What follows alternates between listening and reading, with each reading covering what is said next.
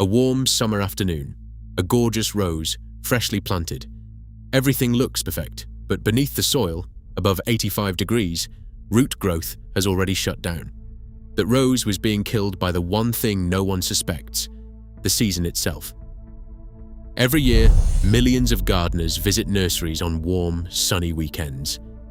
Summer feels like the natural season of life, when garden centers overflow with lush, blooming shrubs.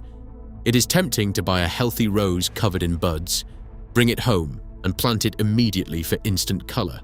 It is a choice born of hope, a desire to add quick beauty to a flower bed. At first, the rose looks healthy, but within weeks, the dark green leaves start turning yellow and dropping to the ground. Growth completely stalls. The tight, promising flower buds dry up and fall off before they ever have a chance to bloom. It feels like a personal failure, but the gardener did nothing wrong. The real enemy was the calendar. Beneath the soil lies the real battleground. A newly planted rose arrives with a severely disrupted root system, stripped of the tiny microscopic root hairs that draw water from the earth. To survive, the plant must rebuild this underground network immediately.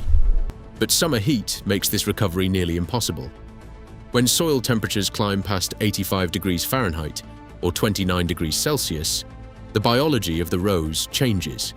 The delicate cells at the root tips stop dividing, halting all downward growth.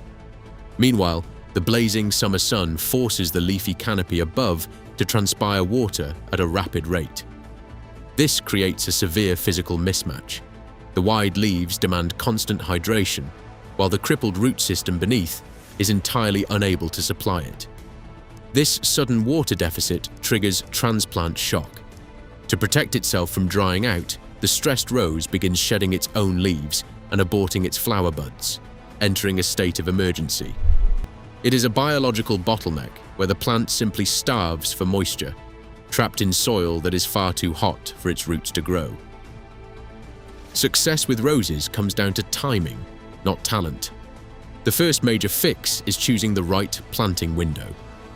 Early spring offers perfect conditions because the soil is beginning to warm while the air remains cool. When soil temperatures sit between 50 and 65 degrees Fahrenheit, rose roots find their sweet spot, expanding safely before summer heat arrives. Another excellent window opens in autumn, roughly 6 weeks before the first hard frost. As the air cools, the soil stays warm enough for roots to establish themselves before winter. Industry data shows that dormant, bare-root roses planted in early spring have roughly 3 times the survival rate of container roses planted in summer. By working with the calendar instead of fighting it, gardeners give their plants the head start they need to thrive. Even when planting during the ideal seasons of spring or autumn, success depends on what happens beneath the surface. Many gardeners set their new roses too high, placing them at the exact level of the nursery pot.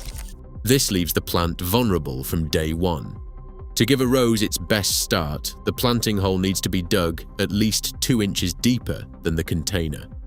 This extra depth allows the bud union, the swollen wooden knot where the rose variety is grafted onto the rootstock, to sit safely 1 to 2 inches below the soil surface.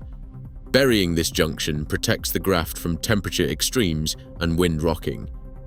Skipping soil preparation traps the roots in compacted earth, leaving them with too little structure to expand. It is a silent barrier that stalls growth before it can even begin. Even a correctly planted rose will struggle if its watering routine is misunderstood. Many gardeners make the mistake of watering lightly every day, wetting only the top inch of soil. Newly planted roses actually require 1 to 2 inches of water per week for the first 6 to 8 weeks.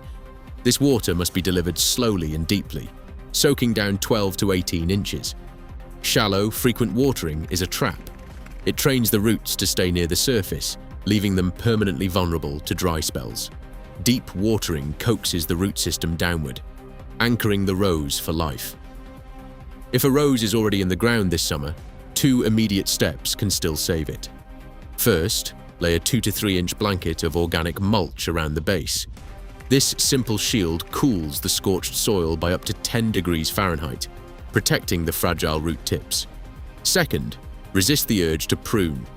While cutting back weak stems feels helpful, pruning actually forces the rose to spend its precious carbohydrate reserves on healing wounds and pushing new leaves. This pulls vital energy entirely away from root repair. For summer-planted roses, doing less above ground allows the roots to survive below. Your garden thrives when you work with nature's rhythm, not against it. Plant at the right moment, and roses are almost impossible to kill.